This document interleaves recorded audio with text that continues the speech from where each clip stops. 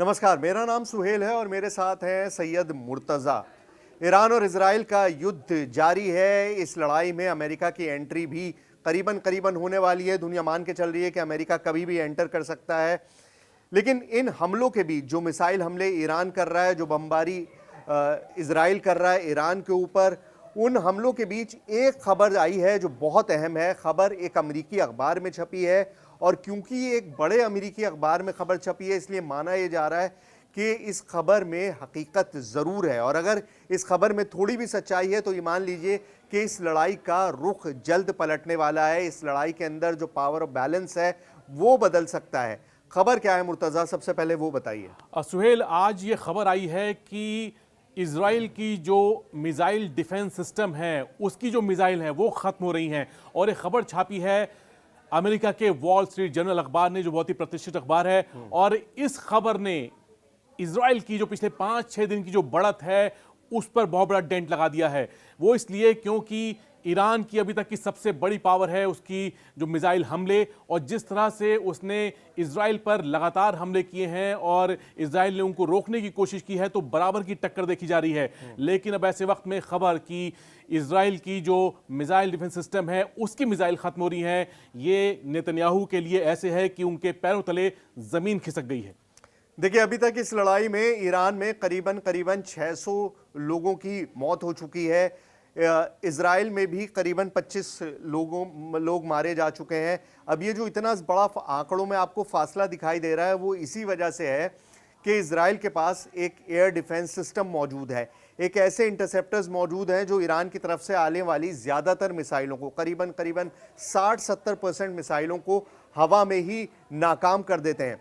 लेकिन अगर ये मिसाइल ख़त्म हो जाते हैं, इंटरसेप्टर मिसाइल जो रोकने वाले मिसाइल हैं, तो फिर हादसे की तादाद भी बढ़ेगी, हताहतों की तादाद भी बढ़ेगी, जिन लोगों की मौत होगी वो भी ज़्यादा बढ़ेंगे। और अगर ऐसा होता है तो इजराइल के लिए इसको झेल पाना मुश्किल होगा। ये बिल्कुल ईरान की रणनीति है, हम देखें अगर तो ये बिल्कुल उसके हिसाब से हो रहा है और ईरान भी यही चाह रहा था। अब ऐसा हुआ है कि पिछले जब से 13 जून से ये हमले शुरू हुए हैं एक दूसरे की तरफ, तब से अब तक ईरान ने करीब 450 मिसाइल जो हैं वो इजराइल पे दागी हैं।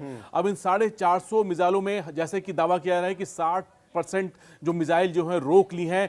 लेकिन अगर इजराइल के पास अगले 12 दिनों का जैसे बताया जा रहा है कि उसके पास मिसाइल हैं कि वो ऐसे हमलों को रोक सकता है, तो 12 दिन बाद क्या होगा? क्या ईरान के लिए फिर एक तरह से खुला आसमान होगा इजराइल का, जिसमें वो जब चाहे जिस जगह चाहे वो हमला करेगा? हमने अब भी देखा है कि तेल अवीव, हाइफा और जो मोसाद का हेडक्वार्टर है उस पर पिन पॉइंट एक्यूरेसी के साथ हमले किए हैं। तो अगर 12 दिन बाद, जैसे कि बताया गया है कि 12 दिन में मिसाइल खत्म होने की आशंका है, तो उसके बाद क्या होगा? तब ये बिल्कुल वही होगा कि ईरान जो चाह रहा है कि वो चाह रहा है कि जल्दी से जल्दी जो इजराइल का डिफेंस है वो खत्म हो और फिर वो अपनी उन मिसाइलों को निकाले जिसे रोक पाना इजराइल के लिए बिल्कुल नामुमकिन होगा। देखिए, पिछले कुछ 2-3 दिन के अंदर जो मैं देख रहा था, नेतन्याहू की बेचैनी बढ़ती जा रही थी और वो चाह रहे हैं कि किसी भी तरह से अमेरिका की एंट्री हो जाए लड़ाई के अंदर। अब ये समझ नहीं पा रहे थे, हमें जो विश्लेषक बता रहे थे वो ये था, एक्सपर्ट जो बता रहे थे कि इजराइल चाहता है कि जो न्यूक्लियर प्रोग्राम है वो जल्दी से जल्दी ख़त्म किया जा सके और उसके लिए ज़रूरी था कि फोर्डो जो उनकी न्यूक्लियर फैसिलिटी है ईरान की, उस पर हमला किया जाए, जो खुद इजराइल नहीं कर सकता, उसे अमेरिका की ज़रूरत है। अमेरिका के बम वर्षक और अमेरिका का जो मदर ऑफ ऑल बॉम्ब्स कहा जाता है, जो दुनिया का सबसे बड़ा बम है, उसको वहाँ पर इस्तेमाल किया जाए। लेकिन अब इस खबर को समझ के पता चलता है कि उसकी दूसरी वजह भी थी। नेतन्याहू इसलिए ज़्यादा पैनिक में है क्योंकि उन्हें लग रहा है कि अगर उनका ये इंटरसेप्टर मिसाइल्स ख़त्म हो जाते हैं तो एक तरह से बिल्कुल एक्सपोज हो जाएंगे। एरो मिसाइल डिफेंस सिस्टम जो है उसे समझना पड़ेगा हमें कि आखिर ये क्या ताकत है। और इजराइल को इसने अभी तक जो थोड़ा बहुत बढ़त दी है कि उसने ईरान के बहुत से हमलों को रोका भी है, तो उसमें एरो डिफेंस सिस्टम का बहुत बड़ी भूमिका रही है। और वो इसकी वजह यह है कि ये मिसाइल डिफेंस सिस्टम जो है वो वायुमंडल में नहीं बल्कि अंतरिक्ष में जाकर भी जो मिसाइलों हैं उनको रोकता है। करीब 2500 किलोमीटर की रेंज है और इस रेंज में अगर जाकर ये मिसाइलों को रोक रहा है तो ये समझ लीजिए कि हम जब भी तस्वीरें देखते हैं इजराइल से आने वाली कि मिसाइल आ रही हैं, उससे पहले ही कई मिसाइल जो होती हैं वो अंतरिक्ष में ख़त्म की जा चुकी होती हैं और उसकी बड़ी वजह जो है वो एरो होता है। तो अगर वो मिसाइल आगे चल के किसी तरह पेनिट्रेट करके इसराइल के एयर स्पेस में आएंगी, इसराइल के आसमान में आएंगी, तब एक तरह से इसराइल के लिए बहुत बड़ा खतरा पैदा हो जाएगा। अब एरो मिसाइल डिफेंस सिस्टम है, उसकी खास बात एक और है कि जो इसराइल के हक में बिल्कुल नहीं जाती है और ईरान के हक में जाती है, वो ये कि इसकी मिसाइल जो है, वो एक मिसाइल जो है 26 करोड़ रुपए की है। एक मिसाइल की कीमत 26 करोड़ रुपए। हाँ, क्या बात है। 26 मतलब आप सोचिए, एक जो ईरान से एक मिसाइल आ रहा है उसको इंटरसेप्ट करने के लिए कभी कभी 3, 4, 5 एरो मिसाइल भी फायर की जाती हैं, और एक मिसाइल की कीमत 26 करोड़ रुपए है। तो एक मिसाइल के इंटरसेप्शन के लिए 100 करोड़ खर्च हो रहा है। अभी तक 5-6 दिन का जो बता रहे हैं कि खर्च जो है वो करीब करीब 2600 करोड़ रुपए है, और अगर आज भी हमला हुआ तो समझ लीजिए 3000 करोड़ को पार कर जाएगा। तो पिछले एक हफ्ते के अंदर से भी कम वक्त में इसराइल जो है उसने मिसाइल डिफेंस सिस्टम पे करीब 3000 करोड़ रुपए खर्च कर दिए हैं, ये मान के हम चल सकते हैं। लेकिन इसमें एक बात और है जो इजराइल के हक में नहीं जा रही है, वो ये कि ईरान जब भी हमले करता है, उसने किए हैं अभी तक करीब 450 मिसाइल दागी हैं, उसने बंच में मिसाइल मारी है, एक दो नहीं, मतलब कि 100, 150, 40-50 इस तरह मिसाइल मारी हैं। अब इतनी मिसाइलों को रोकना एक साथ किसी भी डिफेंस सिस्टम के लिए आसान नहीं होता है। हमने देखा है कि जब हमास या हिजबुल्लाह रॉकेट फायर करते थे, तब एक ऐसा वक्त आता था जब आयरन डोम भी जूझता था उनको रोकने के लिए। और ये जो प्रॉब्लम आई है कि मिसाइल कम हो रही है, ये मिसाइल कम होने की दिक्कत हमने हमास के खिलाफ जब उसका ऑपरेशन चल रहा था तब भी देखी थी। लेकिन उस वक्त जब हमास के साथ ऑपरेशन चल रहा था तो उस वक्त जो मिसाइल्स थे वो बहुत क्रूड भी थे और बहुत कम तादाद में भी थे। लेकिन यहाँ पर चीज़ें दूसरी हैं। देखिए, ईरान ने पिछले 20 साल में बैलिस्टिक मिसाइल्स पर एक बड़ा प्रोग्राम चलाया है। उन्होंने अपना जो मिसाइल आर्सेनल है उसमें अलग अलग तरह के मिसाइल्स इकट्ठे किए हैं। उनके पास इस वक्त शायद दुनिया के सबसे अच्छे मिसाइलों में से कुछ मिसाइल हैं, हाइपरसोनिक मिसाइल भी मौजूद हैं, और इसी वजह से ये मुकाबला जो है वो इतना आसान नहीं है इजराइल के लिए। इजराइल के लिए आसान था हमास के ऊपर, जो हमास क्रूड मिसाइल, मतलब एक तरह से घर के बने हुए मिसाइल छोड़ रहा था, उनको रोक पाना।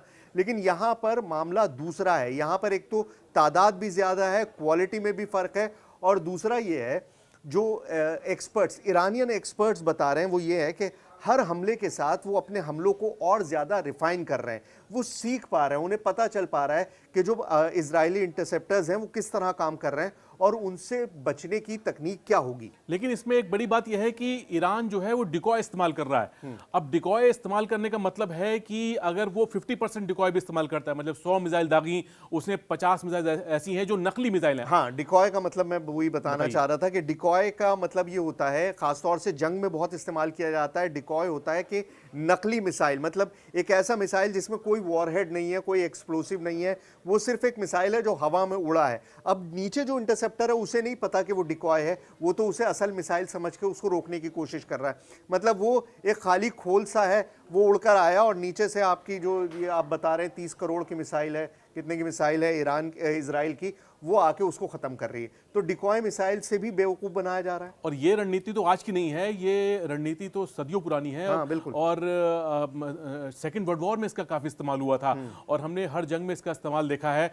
और इस बार जो ईरान जो इसका इस्तेमाल कर रहा है, उसकी वजह से जो हमने वॉल स्ट्रीट जर्नल में जो खबर छपी है उसकी एक बड़ी वजह ये भी है, क्योंकि अगर 50% भी नकली मिसाइल होती हैं, या हम कहें 25% भी नकली मिसाइल हैं, तो उसका मतलब ये है कि जो 25 इंटरसेप्टर इजराइल आसमान में भेज रहा है वो कुछ नहीं, वो एकदम वेस्ट है, और उसका नुकसान जो है वो इजराइल के मिसाइल गोदाम पर पड़ रहा है। और डिकॉय की जहाँ तक बात है, अभी 2-3 दिन पहले खबर आई थी कि 2 F-14 जहाज़ जो हैं ईरान के, वो इजराइल ने मार दिए। अब वो जहाज़ खड़े हुए थे, सैटेलाइट तस्वीरें जब आईं तो सबने देखा कि हाँ वो जहाज़ गिराए गए हैं, लेकिन बाद में पता ये चला कि वो असल में डिकॉय थे, वो भी नकली जहाज़ थे जो पिछले 10-12 साल से वहीं पर खड़े हुए थे, और इजराइल एयरफोर्स को लगा कि वो असली F-14 खड़े हुए हैं ईरान के, और उन्होंने उन्हें उड़ा दिया।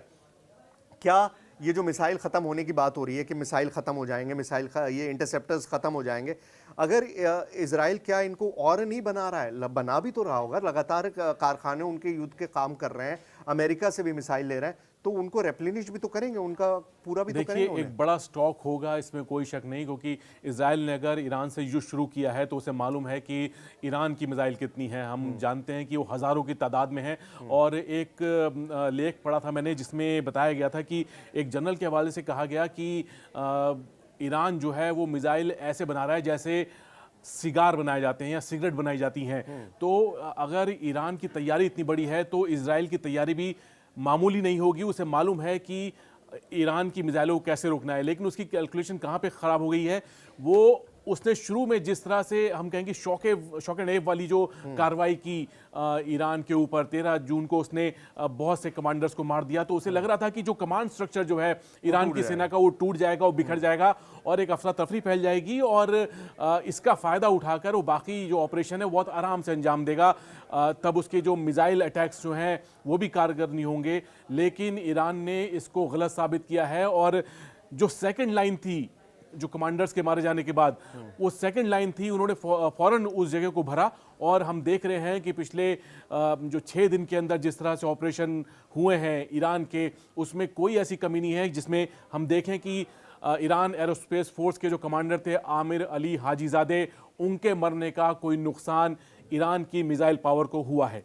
मिसाइल पावर जो है ईरान की, जैसा मुर्तज़ा ने बताया कि वो उसी तरह से रिएक्ट कर रही है जैसे उससे उम्मीद की जा रही थी। सोचिए कि टॉप कमांडर्स जो हैं वो ख़त्म हो गए, जो पूरा कमांड स्ट्रक्चर था वो ख़त्म हो गया, लेकिन उसके बावजूद भी पिछले 6 दिनों से लगातार जो है वो हमले जारी हैं और उसी तादाद में हो रहे हैं करीबन करीबन।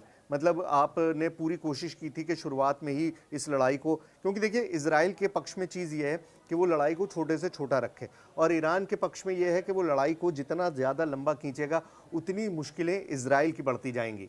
देखिए किसी भी जंग में सबसे बड़ी बात होती है कि जमीन पे कब्जा। भाई इजराइल के पास अभी वो कह रहा है, दावा है उसका कि भाई आसमान में हम हैं, हम ईरान में जहां चाहे हमला कर सकते हैं। हमारी एयरफोर्स जो है उसके फाइटर जेट जो हैं वो तबरीज से लेकर तेहरान तक किसी भी जगह पर उड़कर हमला कर रहे हैं और वो उसे रोकना ईरान के लिए नामुमकिन साबित हुआ है। हमने देखा है वो जहां चाहे वहां पर मिसाइल या बॉम्ब से टारगेट कर रहा है इजराइल। लेकिन अब ये है कि ये कब तक चलेगा। अमेरिका जो है अपने टैंकर विमान जो है वो इजराइल भेज रहा है और खाड़ी के देशों में भेज रहा है, तो ये ऑपरेशन जो है लंबे दौर में चलेंगे, लेकिन कब तक चलेंगे। जमीन पे तो ईरान की फौज है और जमीन पे तो ईरान की जो सरकार है वो मौजूद है, तो जब तक वो चीज नहीं हटेगी, ये वहां पर इजराइल या अमेरिका नहीं पहुंचेंगे, तब तक इस युद्ध में इजराइल या अमेरिका का पूरा कंट्रोल होना नामुमकिन है। देखिए लड़ाई में एक चीज़ होती है बूट्स ऑन द ग्राउंड, मतलब आपको फौजी ज़मीन पर उतारने पड़ते हैं। अब आसमान से तो बमबारी जो है, अगर मैं आपको एक एग्जांपल के तौर पे बताऊं तो हमास पर भी गज़ा में लगातार इजराइल ने की, लेकिन करीबन करीबन 2 साल होने को हैं और आज तक हमास का स्ट्रक्चर बाकी है। टॉप लीडर्स को भी मार दिया, उसके बाद जो डेपुटीज़ आए उनको भी ख़त्म कर दिया। उसके बावजूद आज तक हमास का स्ट्रक्चर जो है वो गज़ा में बाकी है और गज़ा इतना सा है, बहुत छोटी सी जगह है। तो जैसा मुर्तज़ा ने कहा कि ईरान में कमांड स्ट्रक्चर बाकी है, ईरान की जो फ़ौज है वो अभी तक अपनी जगह पर कायम है। ऊपर से हवाई हमले हो रहे हैं, भाई एयर सुपीरियॉरिटी इजराइल के पास है, एयर सुपीरियॉरिटी उनके पास पूरी तरह से है, लेकिन उसके बावजूद भी वो अभी तक वो इनिशिएटिव नहीं छीन पाए हैं। जो एक इनिशिएटिव होता है जंग के अंदर, वो अभी तक हाथ में नहीं आया। लेकिन अब जो ये तस्वीर बदल रही है उसके अंदर सबसे अहम रोल जो है वो डोनाल्ड ट्रंप का है, क्योंकि अगर अमेरिका ने अपना रुख बदला या अमेरिका इस लड़ाई में डायरेक्टली इन्वॉल्व हुआ तो फिर चीजें बदल जाएंगी। यही नेतन्याहू की सबसे बड़ी उम्मीद है। नेतन्याहू चाह रहे हैं कि किसी भी तरह अमेरिका इसमें शामिल हो जाए और अमेरिका के शामिल हुए बिना ये इजराइल के लिए आसान नहीं है। ना ही वो वहाँ के परमाणु अड्डों ख़त्म कर पाएगा, ना ही वो इस युद्ध को लंबा खींच सकता है। तो ये नेतन्याहू के हक में है कि अगर ट्रंप जो है इस युद्ध में शामिल होते हैं और अमेरिका के पास सारा इंफ्रास्ट्रक्चर है, उसके सारे बेसेस हैं और वो इस युद्ध में शामिल होने के लिए तैयार भी नजर आ रहे हैं। लेकिन उसके बाद क्या होगा, ये अफरा तफरी सिर्फ ईरान में नहीं होगी, इसे लेकर जो अमेरिका के 40 अड्डे हैं खाड़ी देशों में, वहाँ भी काफ़ी गहमा गहमी होगी, क्योंकि तब फौरन जो ईरान की तरफ से अटैक होगा उसके निशाने पर अमेरिका के अड्डे होंगे और इन अड्डों को अमेरिका ने पिछले 25-30 साल में डेवलप किया है। चाहे वो कतर हो, चाहे वो यूएई हो, बहरीन हो, कुवैत हो, इन अड्डों पे अमेरिका ने बहुत ज़्यादा इन्वेस्ट किया है। अब ये कहते हैं कि जब ईरान से मिसाइल लॉन्च होती है इजराइल की तरफ, तब क्या होता है कि यूएई में या बाकी जगह उसके जो रडार है, लॉन्ग रेंज रडार, वो जो ट्रेजेक्ट्री है मिसाइल की, उसको फॉलो करते हैं और वो इंफॉर्मेशन वो पहुंचाते हैं इजराइल। उसी के बिना पर ये मिसाइल इंटरसेप्शन पॉसिबल हो पाता है। अब अगर वहां पर अमेरिका का पैर उखड़ जाता है और ईरान की मिसाइल उसको बहुत बड़ा नुकसान पहुंचाती है, मैं कहता हूं शॉर्ट टर्म में अगर नुकसान पहुंचाती हैं, तब क्या होगा? तब अमेरिका को वहां पे टिकना मुश्किल हो जाएगा और ये ईरान के लिए भी बड़ी राहत की बात होगी, क्योंकि उसने हमेशा से कहा है कि इस इलाके में अमेरिका की मौजूदगी जो है वो सबसे बड़ा खतरा सिर्फ ईरान के लिए नहीं है बल्कि पूरे रीजन के लिए है। लेकिन ये अभी तक एक स्पेकुलेशन ही है मुर्तज़ा, क्योंकि डावाडोल मामला रहा है ट्रंप का। अभी तक बहुत सारी चीज़ों के अंदर उन्होंने कहा कुछ है और किया कुछ है।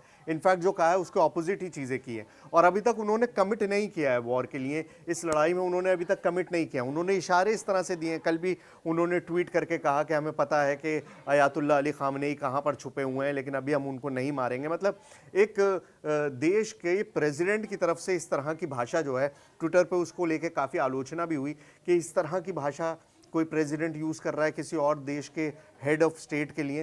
तो अभी तक ट्रंप ने कमिट कुछ भी नहीं किया है, लेकिन ट्रंप का क्या रुख लेंगे वो बहुत कुछ डिपेंड करेगा कि रूस इस लड़ाई में डायरेक्टली और इनडायरेक्टली, कोवर्टली कितना साथ देता है। अभी तक जो शुरुआती दौर है उससे तो लग रहा है कि रूस बहुत खुल के नहीं आना चाहता है। और ये ईरान के लिए बहुत बड़ी मायूसी वाली बात भी है, क्योंकि ईरान ने रूस को यूक्रेन युद्ध के में बहुत बड़ी मदद पहुंचाई है, लेकिन रूस की तरफ से ईरान को ऐसी खुली हुई मदद या फिर हम कहें कि बहुत आगे आके समर्थन करने वाली बात जो है हमने अभी तक नहीं देखी है। इसकी वजह बताई जाती है कि रूस के इजराइल से भी रिश्ते हैं और रूस बहुत ज़्यादा बैलेंस करके चल रहा है, क्योंकि यूक्रेन में जो लड़ाई चल रही है उसे लेकर वो ट्रंप को नाराज नहीं करना चाहता।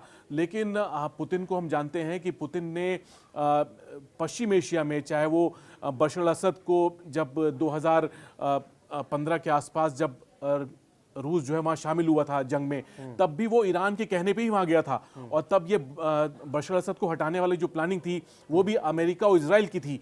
तो उस वक्त जब रूस पहुंचा, उसने फैसला लिया कि हम यहाँ आएंगे और एयर ऑपरेशन चलाएंगे, वो भी ईरान के कहने पे किया था। तो आज ऐसी क्या वजह है कि रूस खुलकर सामने यहाँ पे नहीं आ रहा है? तो यही चीज़ें हैं जो इस लड़ाई को बड़ा इंटरेस्टिंग बनाई हुई है। देखिए, जंग तो अपनी रफ्तार से जारी है, लेकिन इस जंग के अंदर रोज़ उतार चढ़ाव आ रहे हैं और जब तक चीज़ें क्लियर नहीं होती हैं, अभी तक 2-3 जो हैं वो हमारे सामने इम्प्रॉबेबल्स हैं, जो चीज़ें हैं जिनके बारे में हमें नहीं पता है और वो इस जंग का रुख तय कर सकती हैं। डोनाल्ड ट्रंप क्या फैसला लेंगे ये अगले 1-2 दिन के अंदर क्लियर हो जाएगा, क्योंकि अमेरिकी बेड़े और अमेरिकी जहाज़ अपने बेसिस पर पहुंचे हुए हैं, सारी तैयारी पूरी है। क्या वाकई वो ईरान पर हमला करेंगे? क्या वाकई अमेरिका भी इजराइल के साथ मिलकर इस अटैक को शुरू करेगा? और अगर ये अटैक होता है तो फिर क्या होगा, ये देखने वाली बात है।